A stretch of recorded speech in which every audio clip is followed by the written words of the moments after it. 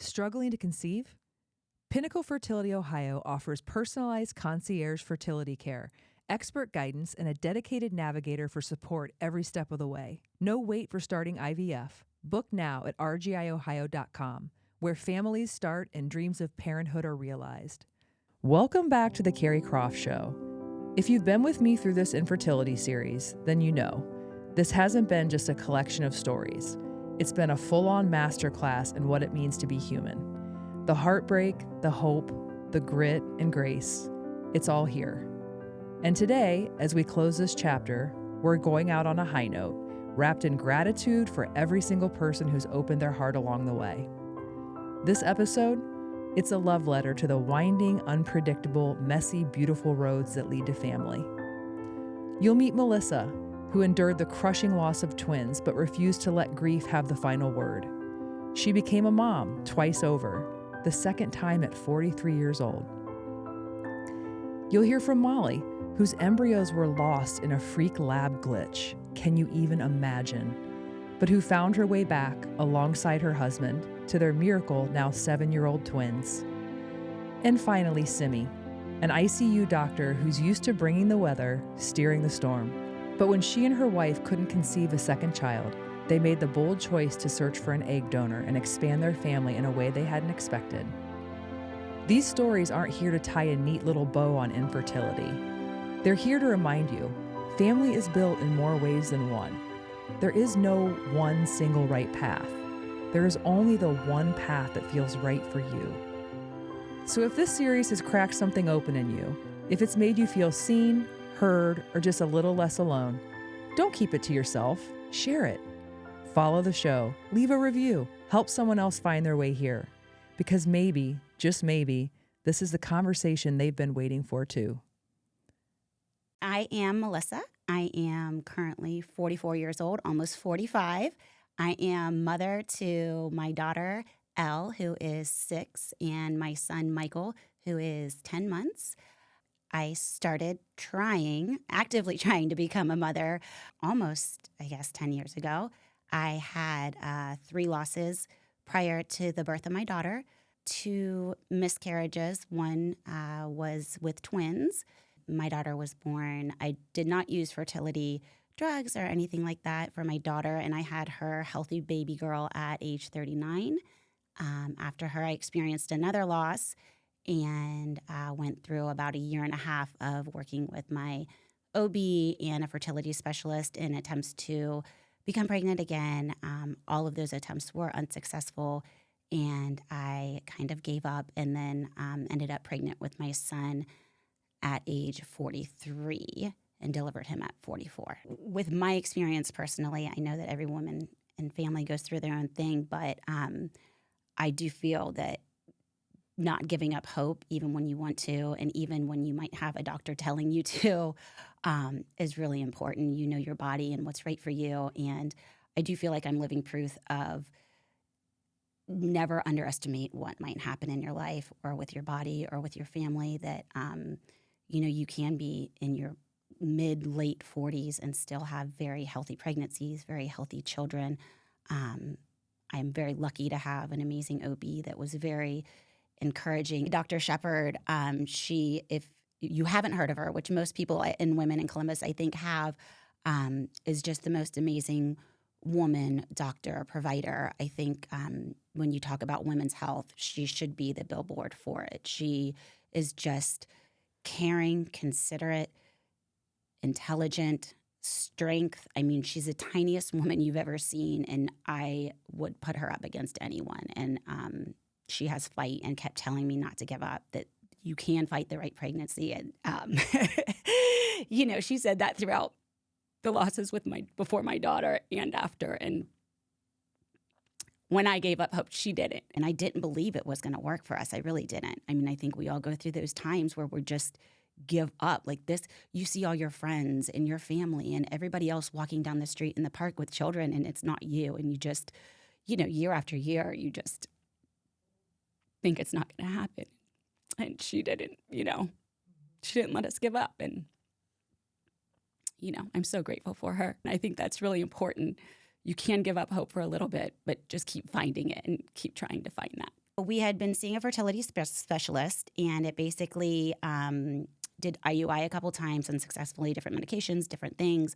And it came down to him, basically saying at my age that he felt the only option to have a successful pregnancy would be to use donor egg. And my husband and I at that time didn't want to take that route. We felt that our family was what it was, and maybe this is God's way of just telling us we have our healthy daughter, we're good. But always knowing in the back of my mind, I still wanted more children. And I'll never forget, I went to my consultation with a fertility specialist. It was in my room. It was online, Zoom. And I got off with him and I just bawled. And then I actually had my annual appointment with Dr. Shepard like within an hour. It happened to be just scheduled on the same day. So she walks in, "Hey, how are you?" Immediately start bawling. And she said, don't give up. If this is what you want to do, don't give up. And she said, if you want to try IVF yourself, that's always an option. And I said, I think we just need to stop. Like, I think we just need to put, at least for the summer, just give my body a break, give my mind a break. And my husband was like, we're done. And so, TMI, but like after you're trying to get pregnant, sometimes it's not all that fun, like having sex. And so there was, I'll say, a lull in our sex life. Like, when it's timed and it's planned and it's the pressure. So we hadn't even been really having sex, and I hadn't been using my app to look at my ovulation and blah, blah, blah, blah. And I mean, we literally had sex one time in I don't know how many months. And then we were flying to Florida, and me, him, and my daughter, and it was a morning flight, and he was having a drink. He was like, have a drink. And I was like, I don't really like flying and drinking with my daughter, just, while I had a drink. And I was like, I don't feel good when we got there. And I was like, there's no way I'm pregnant. There's absolutely no way. And I was like, but I'm also going to be here. I'm going to be eating sushi and oysters and, having cocktails, whatever. I'm like, when I went to the grocery store to get food for the week, because we have a condo, I just grabbed a pregnancy test. Didn't tell him. I was like, I'm not even saying anything to him. Well, I took it in the bathroom of the condo, and I was literally, I was shocked. I was absolutely like shocked, jaw drop. And I'm like, my daughter was out in the family room, and I was like, call my husband in. I'm like, hey, come look at this.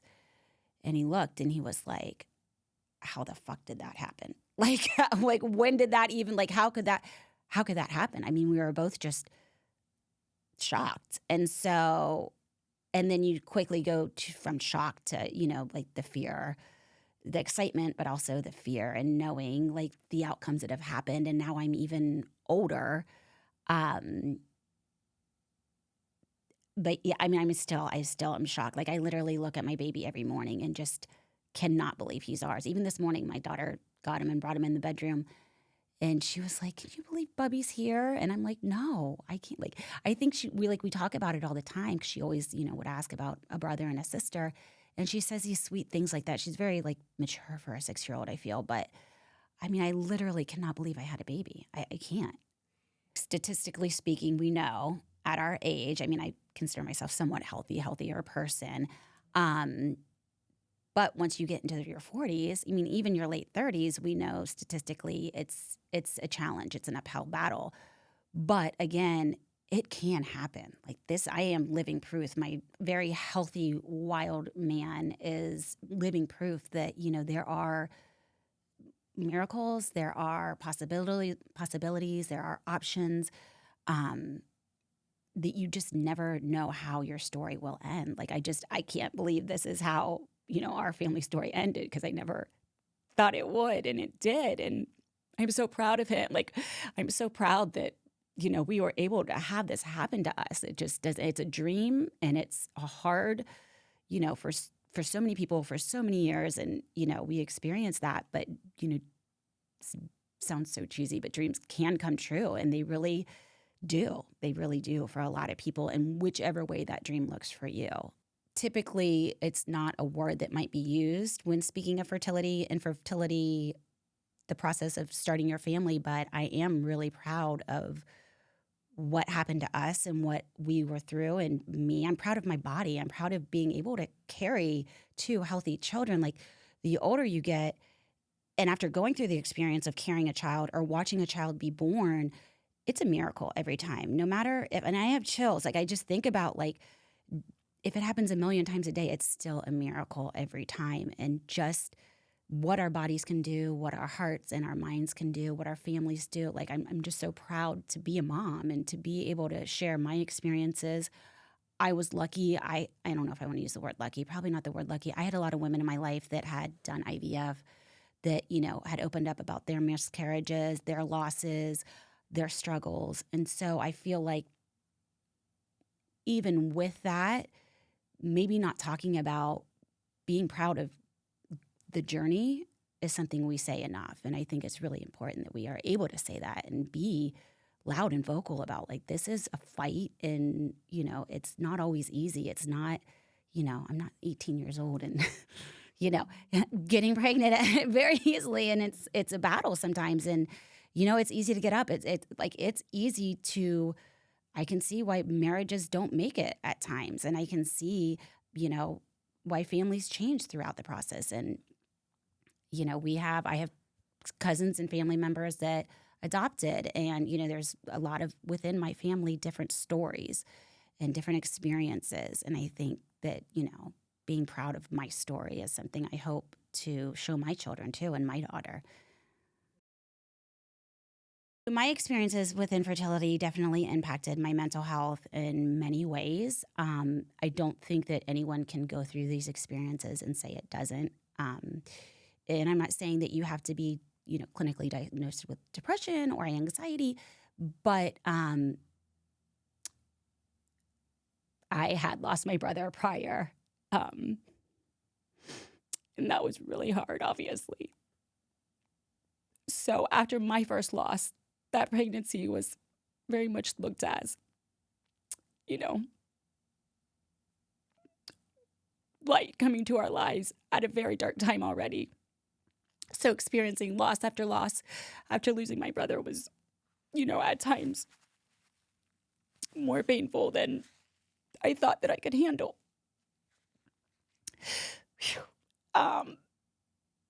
But that is life. And we have to keep going and moving. And I didn't have an option, you know. And I knew I wanted to keep trying. And, you know, there were times when my husband would say, this is too much. Like, you know, it's too much on you. It's too much.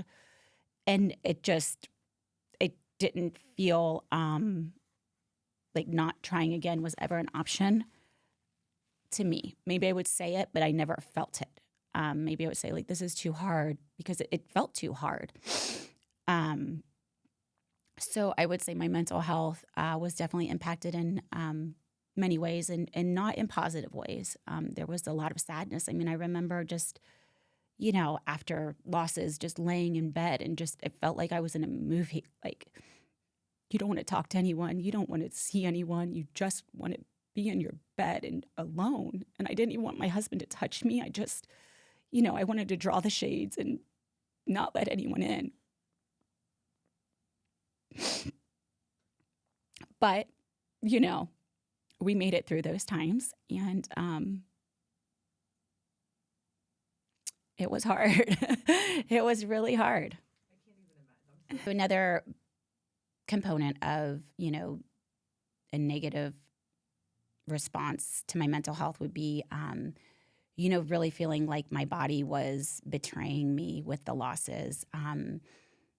I had, like I said, lost 3 pregnancies. Felt like I was doing everything right. Felt like I was living a healthy lifestyle. You know, seeing other women around me having children, having pregnancies. And it just felt like, why not me? Why am I being punished? Is there something that I am not worthy enough to have children or have a family? And nobody else was putting that in my mind. Nobody made me feel that way. It was just me internalizing and trying to rationalize. I think, you know, we do that as people. We just try to find a reason. What's the reason this is happening? And really, there is no reason, and we can't explain it. I think with my losses too, there wasn't a genetic test or a physical thing that Dr. Shepard or anyone could say, this is what's wrong. Now we're going to work on this. And so your next pregnancy will be different. Dr. Shepard just kept saying it wasn't the right pregnancy, which in some aspects was good. But, and also like I may find the problem, solve the problem, find the problem, solve the problem. And when there's nothing besides finding the right pregnancy, which I can't have control over, was very difficult for me and my mental health because there was no control. And if you know me, I like to have control over things. And when I don't, I can start to spiral maybe. And so that was another whole piece of it that I just felt like it was just me and my body not working together. Positive things have come from my experiences are obviously my 2 beautiful children. I think that through this, you really learn who you are as a wife, a mother, a family member, as a woman. I think that like I now have gone through these experiences, see other women going through them, and like just the experience of birthing a child, to me, it just blows your mind, like what our bodies can do and how women just show up for each other. Again, when my brother died, I think back to the women that were there and never left. And I think about this experience too. The women that reached out to me, family members, I had an aunt that wrote me a letter that was, in her 60s now and said, I've never talked about this because it was too hard, but I had a miscarriage and you're going to have a family and I know it's painful. And just the women that just show up for each other. And, God love my husband, but, he didn't know how to be there for me through a lot of it, I think. And I don't blame him for any means. Like, it's just the women that showed up for me and the women that, one of my dear friends, when I experienced, another loss after I had my daughter, I was telling her and she said, I will be your surrogate. And I said, I never even thought about that. Just for someone to say that to you, I will use my body so you can be a mom again. It's the most beautiful thing to be surrounded by these women that are just so caring, strong.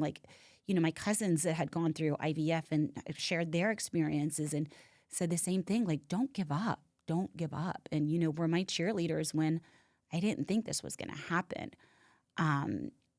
So yeah, I think my children, obviously number one, but just knowing how many people are on my side and, there to fight for me and my family is just a really remarkable experience too. I know some people might not have that, and that breaks my heart. I have a really close relationship with a lot of women in my family, and it just, means the absolute world to me. Some things that people said to me that I genuinely think people are trying to be helpful and they're trying to be supportive. For me, I had multiple miscarriages. So getting pregnant was never the problem. Staying pregnant was the problem. And when you're dealing with that, it doesn't feel good when someone says, well, at least you can get pregnant. Because to me, getting pregnant was never the problem. Staying pregnant was the problem. And so when someone, downplays your pain and your loss by saying, well, at least you got pregnant, that's not helpful because I got pregnant, but I don't have a baby and I don't have a child. And motherhood is what I want, not pregnancy. And again, I think people just, they don't know what to say. And I think anytime you're dealing with something uncomfortable, loss, grief, less is best. I'm sorry. I love you. I'm here for you. Advice is not always needed unless asked for. These kind of journeys complicate relationships even more. I think, I joke, I got married older. I was 35 when I got married. I knew my husband for probably, a long time, 10 years before we got married. We dated on and off for a long time. So we knew each other very well. I got married later in life. And I still look back now and think I had no fucking clue what I was getting into when I got married. Thinking back about that to now. And it's marriage is hard. It's wonderful, but it's hard. And then you throw these things on top of it. Again, loss, there's no way it can't impact your marriage.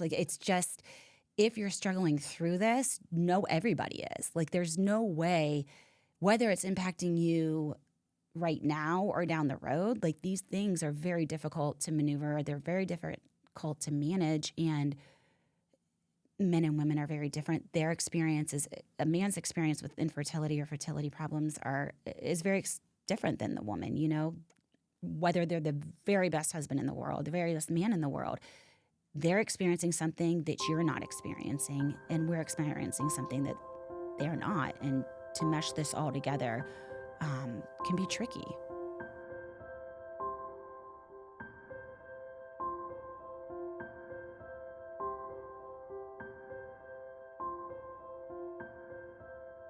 Does he fall back?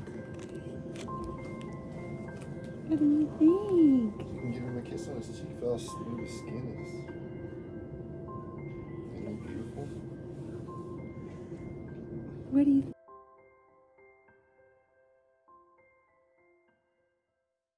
I'm Molly. I am 43 years old. I have twins, boy-girl twins, Mila and Ryder, 7 years old. They were conceived through IVF. Our infertility journey started really right after we got married. So we got married a little bit later.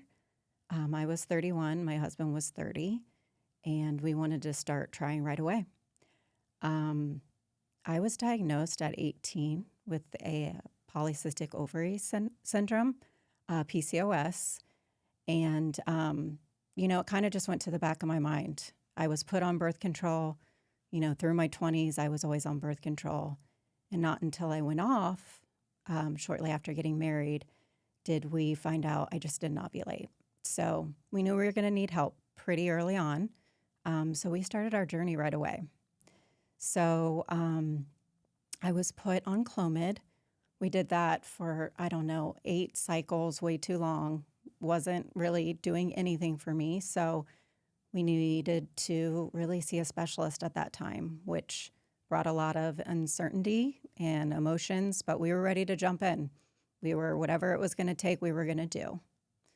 So I was referred to a fertility clinic here in Columbus. And right away, we just kind of started doing some tests, seeing my ovarian reserve, kind of what would be our next protocol, and we jumped in. So we did 4 rounds of shots and IUIs. None were successful. So after 4 rounds, we, got to that hard decision of it was probably time for IVF. So we jumped right into IVF. And, I would say it was pretty successful for me. Being a polycystic patient, my first retrieval, I had 34 eggs, which is a lot. That's, in the IVF world, that's a good, strong number. So we were overjoyed with that. And then that's really kind of when our journey started to take a turn, was after that first egg retrieval. We had some unexpected events that really kind of took myself and, our doctors for a little bit of a loop. I started to react, a little bit different on medications than what they were typically used to. So we kind of went to a plan B. After having such a large egg retrieval of 34 eggs, I had something called OHSS, where I had a ton of fluid built up in my abdomen and my ovaries, and it just wasn't safe for me to transfer those embryos. So that was kind of like our first blow that we were unexpecting. But again, we just kind of buried down and, we were going through the journey together. So we thought we were going to transfer, some embryos right after that retrieval. Well, we weren't. My body needed some time to recover. So we went for a frozen embryo transfer. And that's kind of where our journey took probably the most devastating turn. So the morning of our frozen embryo transfer, I got a phone call. And I knew, I'm like, this isn't good that I'm getting a call the morning of transfer. And it was the embryologist. from the lab. And they said, Molly, we're getting ready for your transfer. And we're seeing some concerns with the thawing of your embryos. They're really just, we're not sure really what's going on, but your embryos aren't surviving the thawing process. Probably the biggest blow and just immediate shock I've ever felt hearing those words, like nobody prepared us for that phone call. Nobody had mentioned this could happen during the thawing procedure. So we were totally caught off guard. And I was told, we'll call you in an hour. We'll see where this goes. At that time, I had 13 frozen embryos, which was an amazing amount. A lot of people don't start with that many. So we were very grateful for that number, and we were confident with that number, like, this should probably lead us to a pregnancy. But they called me back in an hour, and they said, Molly, we're really shocked. We don't, again, really know what's going on. We don't see this that often. But none of your embryos are surviving the thawing process. So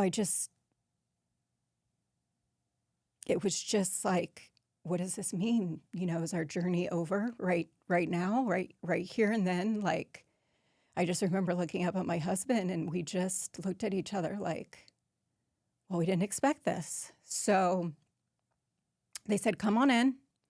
When you get here, we'll have an update for you.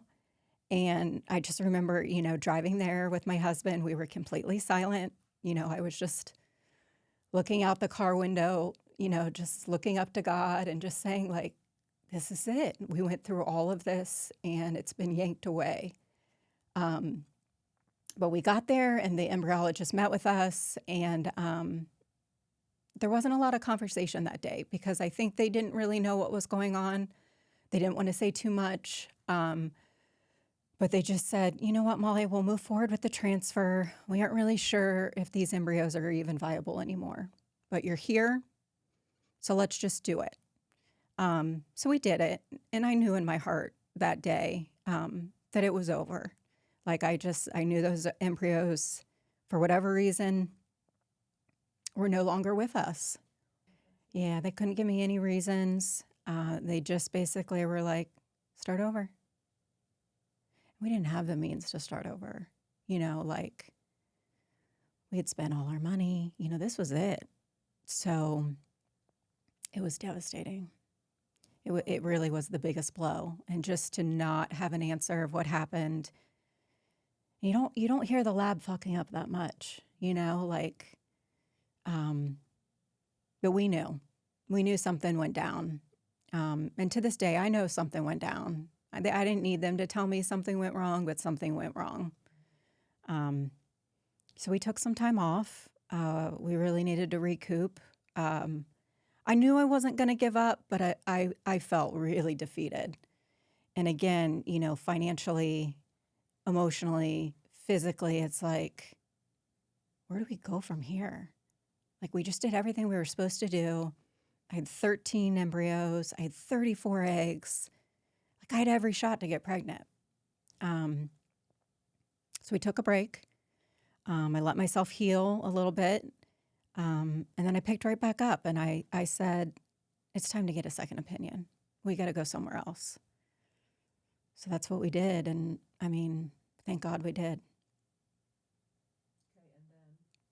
So we met a new doctor, and, I went in with a big binder of my paperwork. I was so prepared, and I laid it all out for him, and I had notes, and, he's looking through it, with it. And his eyes are this big, and he was like, Molly, I feel like you were like really mistreated. He was like, this is wild to me. He was like, why did they do this? Why were you on so much medication? I can't believe you got OHSS. Like, none of this is what I would have done. And then when we got to the embryos part, it was validation. He was like, Molly, that doesn't just happen in the lab. Like, you have to have state-of-the-art technology and be doing things to a T. And the fact that this happened to you, something was not followed. something happened in air. And he was like, but, looking at your numbers and, looking at your blood work. And he was like, if you're willing to give it another shot, he was like, I think you got a fair chance. And he was like, our lab here, stuff like that doesn't happen. And he was like, this is unheard of. And he's like, just, have a little faith in me. And if you guys can muster up, the strength to do this again, he's like, let's do it together. So we did, and it was a completely different experience.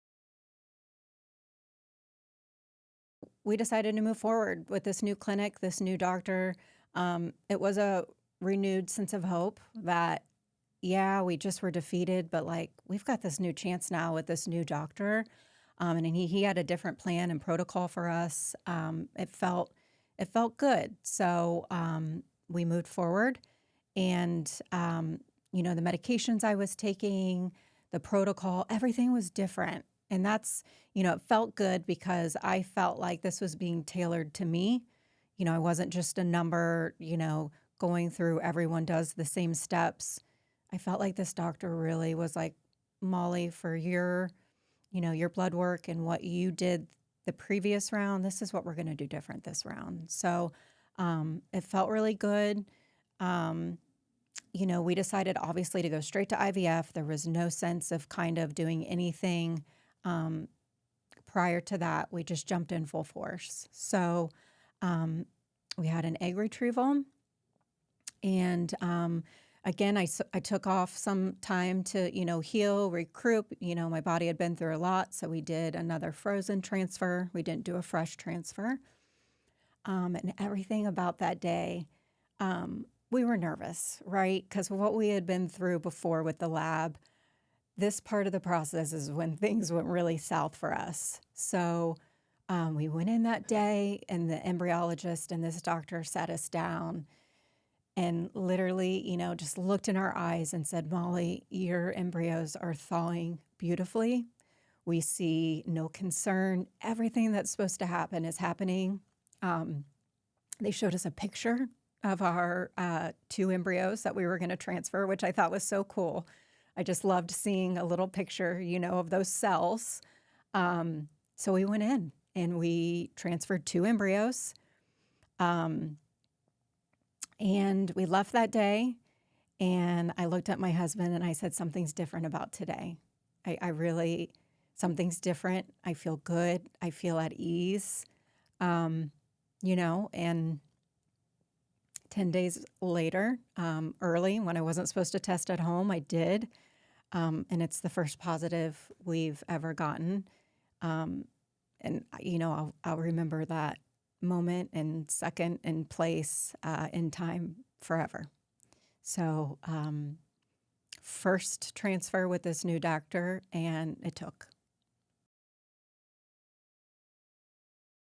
My biggest piece of advice, someone going through this journey, is you've got to be your own biggest advocate. You know in your gut when something's wrong or something feels off. No one's going to push you and, be rooting for you as much as yourself. So you do owe it to yourself to, in something this big, continue to push for yourself. There's so much information and education luckily available now on, IVF.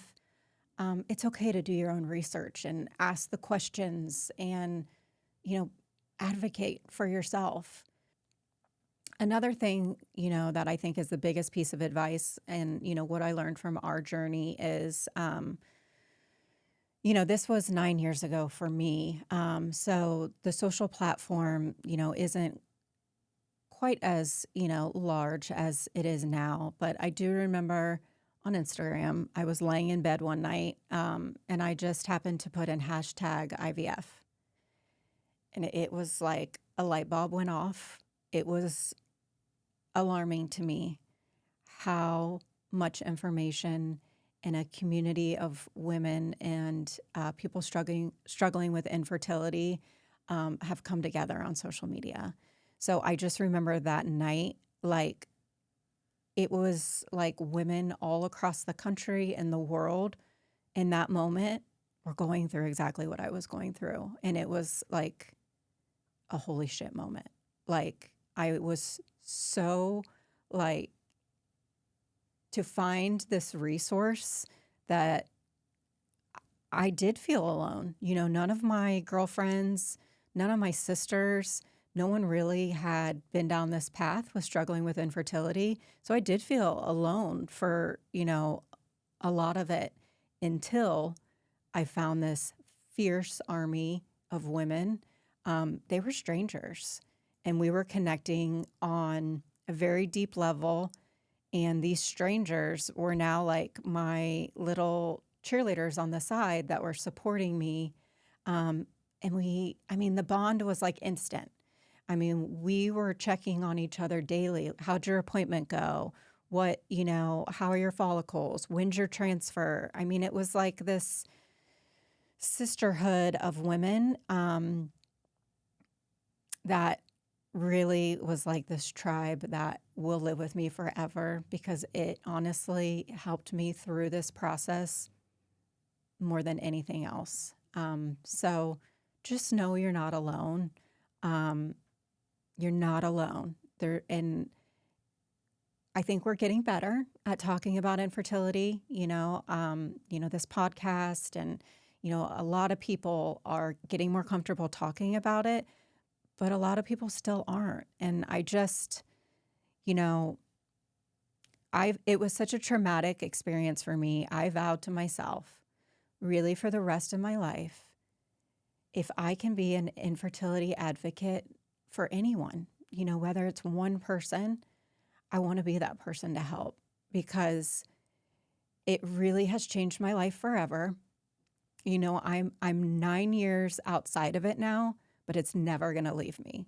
It is such a big piece in my heart that I'll support anyone, anytime, and anything that I can do to just kind of spread a little bit of knowledge or share my journey to inspire others. I'm here for it.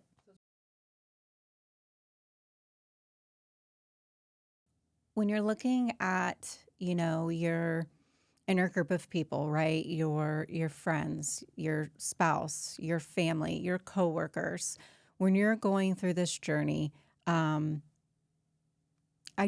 do recommend you not having to keep to yourself. Talk about it. Let people know what you're going through, because it's affecting your whole life. It's affecting your job. It's affecting your relationship with your girlfriends. So the biggest thing, that you're going to hear the most is just relax. Just maybe when you stop trying, it will finally happen. Take a break. Those things that people, they think they're being supportive. They think those are helpful things. It hurts. It stings. It's almost laughable. But I do give people, you got to give these people grace, because they don't know what you're going through, and they think these things that they're saying are helpful, even though they're not. So my biggest piece of advice is, you can show your vulnerable side of what you're going through. I remember it was really hard for me, because I was in that stage of life where all my friends were getting married and having babies. If not on their first baby, their second baby. So everyone's going through the motions, and they're moving throughout life, and I'm standing still. My life isn't moving forward. So I was kind of in this bitter place of, for my best friends, if you invited me to your baby shower, I was mad at you. How dare you? But then if you didn't invite me to your baby shower because you were trying to protect me, I was even more pissed. So it was like this very challenging point that you're navigating with your friends. So just, it's okay to let them know how you're feeling. They're not going to probably get it, but they should know how you're feeling. And some of your friends are going to be better about it than others. But you'll know the ones that you can go to. I found a quote that, it really stuck with me. And it was one of those, I really am happy for you, but I'm truly sad for myself too. And I had to say that to myself a lot. Like, I am happy that my best friend just got pregnant, but I'm really sad for me still too. And, if you're comfortable, telling yourself that over and over again, I do think it's going to help you out. So our infertility journey impacted my relationship, my marriage with my spouse significantly. I'll say first and foremost, it created this fierce, fiery bond. Like, we were in it together. We were going to fight together. And that felt good. It was kind of this new bond, in a newly marriage. But that aside, I've had several conversations with my husband that it affected him tremendously because he felt helpless. So, watching his wife take the burden of this journey, especially physically, and he didn't, being the male, he obviously did not have to go through the physical ailments that I did. That didn't sit with him well. So also he was my shot giver, and I think that took a toll on him, just having to do those daily shots multiple times a day, it was hard. And that was a new territory and feeling for him that he wasn't used to. I can say too, and we're comfortable talking about it now, but he was my safe space during the day. He was my pincushion. He was supportive and gave me grace. But what I didn't know at the time is, when I would go to bed at night, he was turning to bourbon. So that was his escape. And I didn't know it, but that's what he needed. And he was doing it by himself. And I feel like that's probably a whole nother episode going down that path, but Same thing. yeah. So Different drink, but same. yeah, I mean, everybody handles trauma and hard life events differently. And, we got through that, but he needed his space. And that was kind of his outlet at night. And I didn't know. But yeah, I mean, infertility definitely affected our marriage in different ways. But at the end of the day, we were fighting this together. And I thought this was, my husband is a tattoo enthusiast. He's a tattoo collector. I mean, he's 90% covered. And I had no tattoos. And one day when we were having a rough time, he said, let's go get some type of infertility journey bond tattoo together. Let's do it. And I was like, let's do it. So, he called up his tattoo artist on a whim, and he was like, I want to do that. Come in right now. So we got, it literally says our journey. We both got the same tattoo, and it has this beautiful blue bird.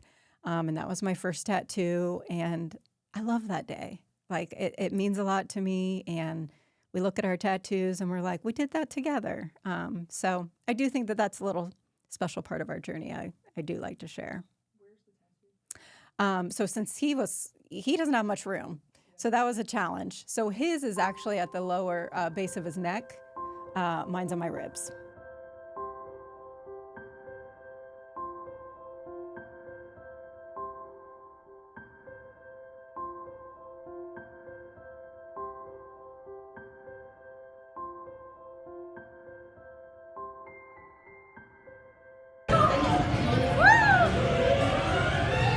Spin it! Spin it!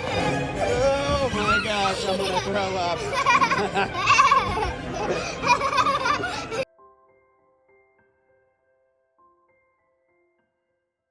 My name is Simi, and I have 3 children, ages 11, 5, and 4. And, my journey started when I was about 36, because that's, when I found the person I wanted to be with. And by the time I was 37, we figured we wanted to have kids. And actually, the first one was pretty simple. My wife and I decided that we wanted to have children, and we found a donor that looked like her, had the same ethnic background as her, had the same interests as her. It was really felt perfect. And we went through an IUI procedure, went through it once, and then 3 weeks later, tested positive, and I was pregnant, and had the baby, and it was miraculous, and it changed our lives. And then probably when he was about 2, we decided we wanted to do it again. And by that time, I was like 39, and went through the same process, expecting the same kind of results. I don't know why. I should know better. And it was just, we didn't get pregnant. And then we do it the next month, and it didn't work. And we tried for that for probably about 6 months, used some Clomid, didn't work. Got referred to an infertility specialist. The drugs got more intense, the regimens got more intense, and the stress levels about it got more intense, right? So it went from like hopeful to just this weird heartbreak every month when it didn't work. Then, we kept on that for probably maybe about another year or 2. Tried everything. I mean, just like, we used to joke that we were just like, we could have bought like multiple cars and multiple homes with the amount of money we were spending, but it was worth it. I mean, you look at your baby, and you're like, I want him to have a brother or sister. I grew up in a big family. I wanted that. And it just, you couldn't make it happen. And in my life, I don't know. It was always a thing that if you wanted something and you worked harder, you could just make it happen. And this wasn't like that. And so that was wildly frustrating. And it was just really sad every month. And we didn't tell many people we were going through it. And so it's isolating a little bit too, because you're kind of going through all of these things. The hormones are hitting you. You have a job where you can't really allow that to show, not ever. And the stress builds, and it's just hard all around. So we went through a few years of that, and ultimately decided to work with a center in Colorado. So we flew out and had an evaluation there, and for good or bad, they were great. They were great to deal with, but at the end, they were just like, you are not going to be able to use your eggs to have this next baby. And I know logically, of course. I mean, by that time, I'm like, 42? Yeah. But it hits you in a weird way, because it feels like you've failed. I felt. And it's uncomfortable. So we went through the process of finding an egg donor. And I kind of went through the same process that she did for the sperm donor. I was like, okay, well, this will be my representation in the baby, and how do I define myself? What characteristics do I think I want to pass on to my child? And so it was like a really interesting, like, psychological exercise to go through, because at the beginning you think, I'm this, I'm like 5'6", I'm Indian, I'm whatever, what all the things that you kind of think define you. And as I was going through the profiles, I realized that those weren't the most important things, because you have to really drill down to the core elements. I mean, it's not like this encyclopedia of people. I mean, it's a pretty narrow group. So I really whittled it down to, I think, the 3 core values that I really wanted to share with my kids. The ability to work hard, the ability to be ambitious, and weirdly, I don't know why, cheekbones were part of it, because my grandmother had high cheekbones and I had high cheekbones, and I don't know. It was funny. It wasn't being Indian. It wasn't any of the other stuff. So we were fortunate enough to get an egg donor. But then it feels like, your heart is riding this on this trip with something you can't control. And I'm very much used to controlling so many things in my world. But, you have to trust that somebody's going to find the right person, that they're going to be able to follow the regimen. It's a lot of trust, and it's a lot of anxiety. And I'm not really an anxious person, but boy, during that time probably was. But we're really grateful for this incredibly generous egg donor that we didn't meet. It was all anonymous and through an agency, but she had a great outcome when we had embryos, and then went to Colorado and had it implanted and had it be successful for both of my daughters. So the first one, and then 2 years later with the second one. And I know that sounds like a pretty simple trip, but along the way, it is this real. I wouldn't say I'm like a terribly emotional person, but boy, I went on a roller coaster of stuff that you feel like a failure. You feel like, why can't I do it? Everybody else on earth seems to be having babies around the same time you're going through this. When people would tell me to relax, it was the worst. It took me probably about, I would say 3 or 4 years before we went down the egg donation route. I feel like, I don't know, you have to kind of shake. I had to shake for me the feeling like if I worked harder, if I used different drugs, if I just did something else different, if I just relaxed the way that people told me to relax, if I just took a vacation, if I just, I don't know, like there was like no ending to like the number of things people would tell you to do. And I would do it all, like everything. I mean, like the intensity of the hormones I was on was, now when I reflect back, insane. So you kind of have to come to a feeling of, it's okay. I want a baby. I want my family to grow. And, I loved my baby so much. And Belinda loved, it's our son. And I think probably that was the thing that really helped me, is that he's her kid. Through and through. He acts like her. He looks like her. He talks like her. And it is such a joy. And I don't see any difference there. And I'm like, well, if she has that with him, then of course our baby is going to be similarly attached to us. And they are. I mean, they are incredible. I mean, they're feisty and funny, and we couldn't adore them more. And I reflect back a lot, and I'm like, if I could have my journey be different, if I could will it differently, I wouldn't, because I don't want any other kids. These are my kids, and that's it. And so that's kind of how I think about it. I have a niece and a cousin who have struggled with infertility at different times, and I remember they were like, "Well, would you change it if you could?" And now the answer is absolutely not. Like, I wouldn't change a single thing. I'm so glad it failed for me, because I wouldn't have those two girls.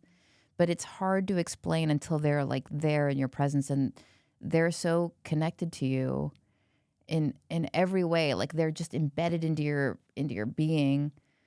And it's tough to describe, but I wouldn't change anything. And it's interesting to say that when, there was a point in time in 2017 when I would have done anything, when I've been to have it work the way it was in my mind at the time it was supposed to work. I couldn't be more thrilled that it didn't. Oh my God. Just relax, go on vacation. My husband and I went on a 3-week cruise, and it just worked for us. Why don't you just settle down about it? You're thinking about it too much. That was a favorite. I'm like, I'm an ICU doctor. Do you know how much intense stuff I see? And I'm not a stressed person. Like, I handle stress great, but this is different. It hits your body and mind differently, and it kind of preys on just those little insecurities. Like, why can't you have it? Everybody can have it. Everybody in the world's having babies, but not you. And that at the time was really, really tough for me. But I don't know. There's something about, and in your mind, at least for me, when my family was complete, and I had and then that's the other thing. Well, you have your son. You should be thrilled. You're so lucky, and just take it and move on. I don't know. I think there's just there's something in your soul that knows when you're finished, and I wasn't finished. This impacted my mental health by, it was a quiet way because, I'm a very private person, and I didn't share the journey with many people. And so it was an intense amount of stress to not allow it to affect me at work. And you'd come home and you'd be kind of depressed, in a bad mood, feeling like a failure. And, it's hard on you. It's hard on your relationship. And it was a little bit of a dark phase, I would say, for a couple years.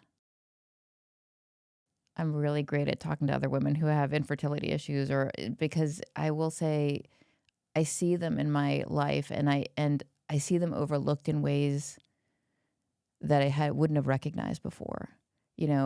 A family member who has a miscarriage, and everybody's like, well, she'll just try again. I'm like, no, that's not how that goes. So it's this sort of quiet connection you have with people that I wouldn't have had before because I wouldn't have understood it.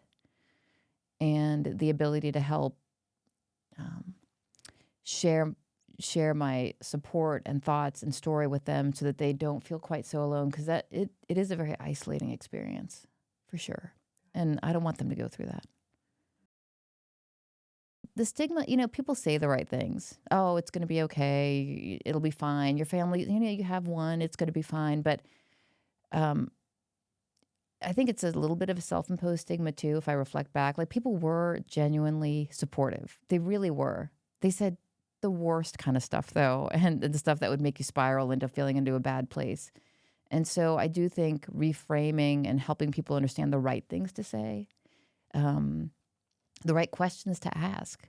Like, I have a cousin who had gone through it, and, she's like, you're the only person who doesn't ask me if it worked.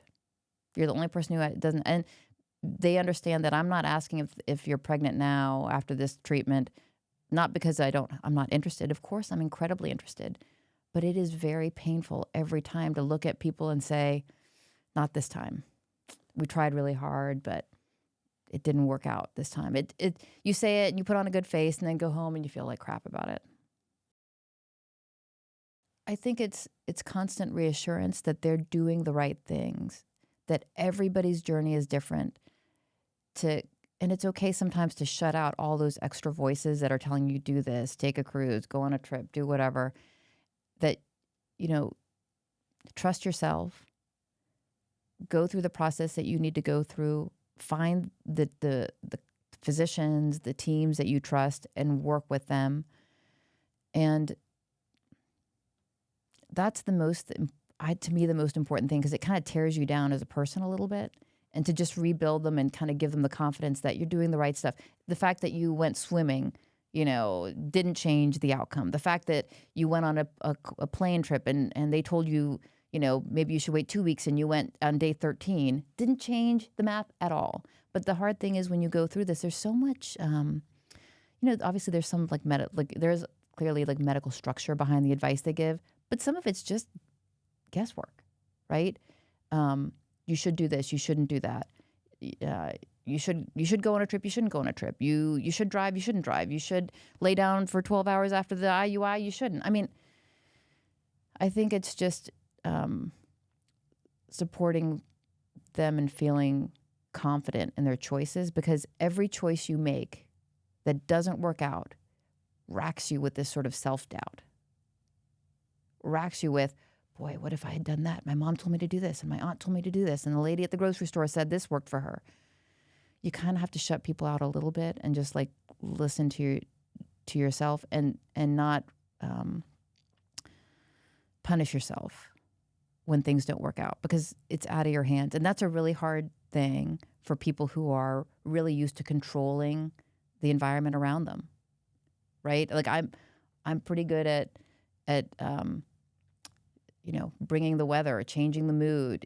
I adjust a lot of stuff at work, and I'm pretty good at that. And so to recognize and accept that this actually has nothing to do with the decisions I make.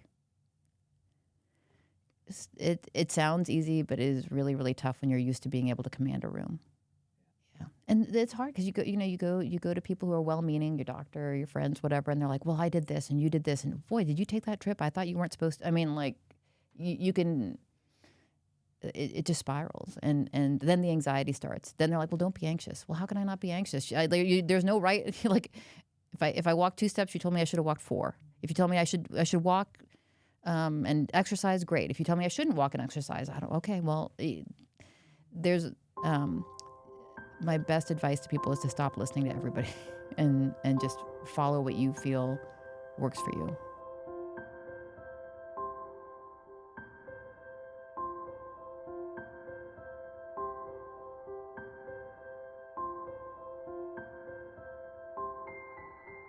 Tell us, what are you doing? Wait, Here, show her which ones you made. I did this. I did this one. And you did this.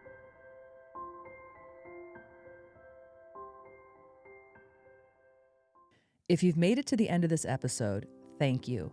And before we wrap, I just want to say to everyone who's listened, shared, or reached out during this infertility series, you've helped create something so much bigger than a podcast series. You've helped build a community. And guess what? We're not stopping here.